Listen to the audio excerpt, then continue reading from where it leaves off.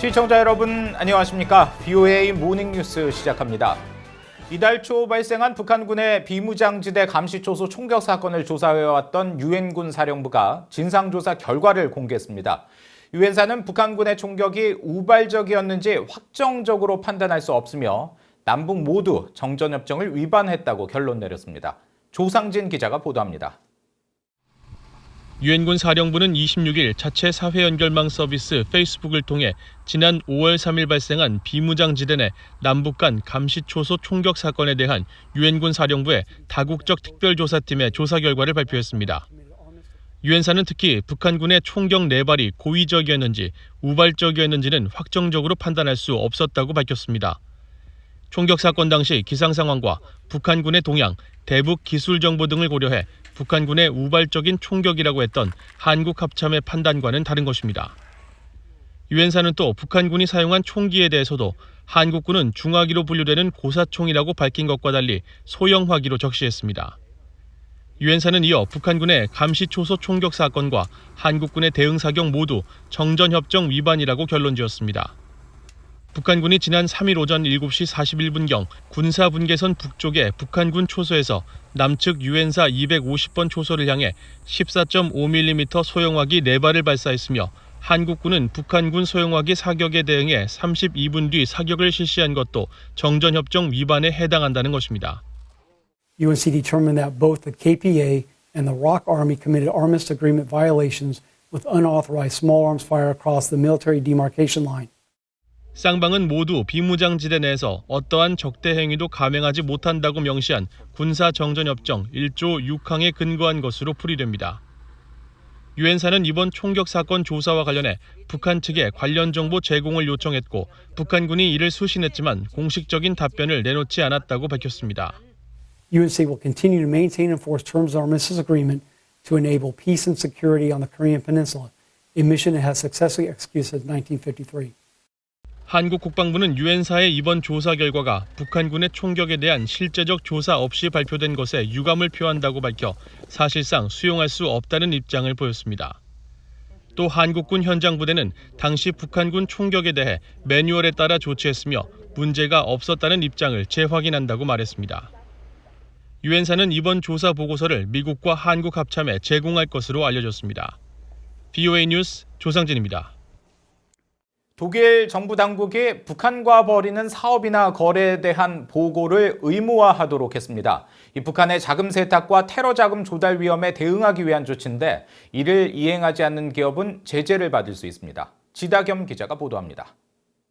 독일 재무부 산하 연방금융감독청이 최근 관할권 내 사업체들의 대북 사업 거래를 보고해야 하는 의무를 적시한 일반 명령을 발표했습니다.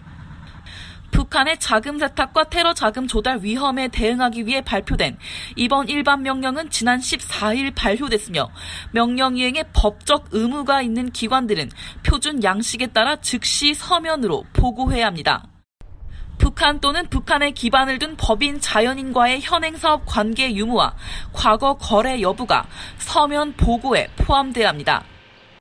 독일의 자금세탁방지법 2조에 따라 연방금융감독청의 감시를 받는 모든 보험업 사업자와 독일 자금세탁방지법 50조에 적시된 기업들이 해당됩니다. 50조에는 독일 연방은행을 제외한 모든 신용기관과 지급결제기관, 전자화폐기관과 해외에 본거지를 둔 금융기관들의 독일 내 지점 등이 포함되어 있습니다. 올리버 스트럭 연방금융감독청 대변인은 보고 의무를 이행하지 않는 기관에 대한 대응책을 묻는 VOA 질문에 그런 기관들은 제재를 받을 수 있다면서 유의해야 한다고 밝혔습니다. 스트럭 대변인은 그러면서 이번 일반 명령 발표는 유럽연합 자금세탁 방지 지침을 반영해 지난 1월 개정된 독일 자금세탁 방지법을 근간으로 한다고 밝혔습니다. 또 이번 일반 명령은 국제자금세탁방지기구의 돈세탁 방지 지침 이행 요구 사항도 반영했다고 설명했습니다. 국제자금세탁방지기구는 지난 2월 총회에서 북한과 이란을 돈세탁 테러 금융, 확산 금융 차단에 중대한 전략적 결함이 있는 고위험 국가로 지정하고 국제 금융 체제를 보호하기 위한 대응 조치를 적용할 것을 강조했습니다. 스트럭 대변인은 이어 이번 일반 명령의 필요성에 근거를 묻는 VOA 질문에 연방금융감독청은 국제자금세탁방지기구의 요구사항을 준수한다고 답했습니다. 독일 연방금융감독청은 지난 13일 게시한 공지문에서도 일반 명령 발표의 근거로 돈 세탁과 테러 자금과 다른 범죄 행위의 목적으로 금융체계가 악용되는 것을 막기 위한 것이라고 설명했습니다. 독일 연방금융감독청은 이란에 대해서도 지난 13일 북한과 동일한 의무 보고를 적시한 일반 명령을 발표했습니다. VOA 뉴스 지다겸입니다. 북한의 해킹 조직 라자루스가 암호화폐 거래소 해킹에 홈페이지 개설과 운영의 익명성을 보장하는 방탄 호스팅 업체를 이용했을 가능성이 있다고 미국의 암호화폐 분석 업체가 밝혔습니다. 미국의 암호화폐 분석업체인 체이널리시스는 최근 발표한 분석 보고서를 통해 지난 3월 미 재무부의 라자루스 연계 중국인 제재 내용을 자체 추적한 결과 라자루스의 암호화폐 지갑 주소를 통해 2018년 5월 블랙호스트에 비트코인이 지불된 것이 확인됐다고 밝혔습니다.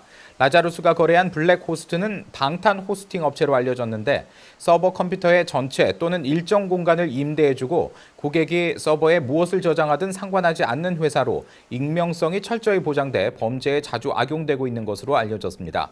체이널리시스는 라자루스가 암호화폐 거래소를 해킹할 때 정보 탈취를 위해 종종 위장된 웹사이트와 이메일 주소, 사회관계망 서비스를 활용해 정밀한 피싱 공격을 한다며 이를 위해 블랙호스트를 활용했을 수 있다고 분석했습니다.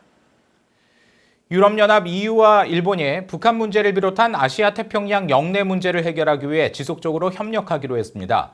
찰스 미셀 유럽 평의회 의장과 우르줄라 폰데어 라이엔 EU 집행위원장, 아베 신조 일본 총리는 26일 화상회의를 열고 EU와 일본의 경제협력 문제와 신종 코로나 바이러스에 대한 대응과 지원 문제를 논의하고 북한과 중국, 동중국해 문제를 국제법에 근거해 해결하기 위한 조율 강화에 뜻을 같이 했다고 유럽연합 측이 밝혔습니다.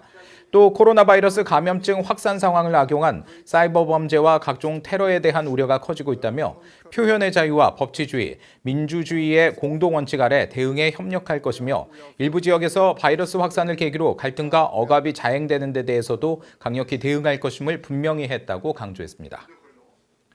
국제아동기금 유니세프가 북한 내 코로나 바이러스 관련 방역 지원에 필요한 예산을 3배 이상 증액한 것으로 나타났습니다.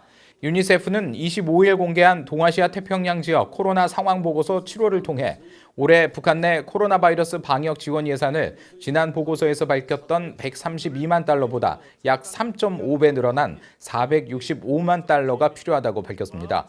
보고서는 이 예산이 코로나 관련 위기 소통과 개인 위생용품 등 핵심 방역 물품 공급과 보건 영양 공급 지원, 교육과 어린이 보호 서비스, 자료 수집과 연구 등에 쓰일 것이라고 설명했습니다.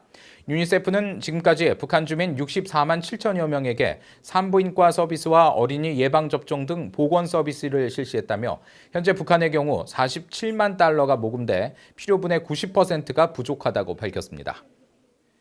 이상으로 VOA 모닝뉴스를 마칩니다. 시청해주신 여러분 고맙습니다.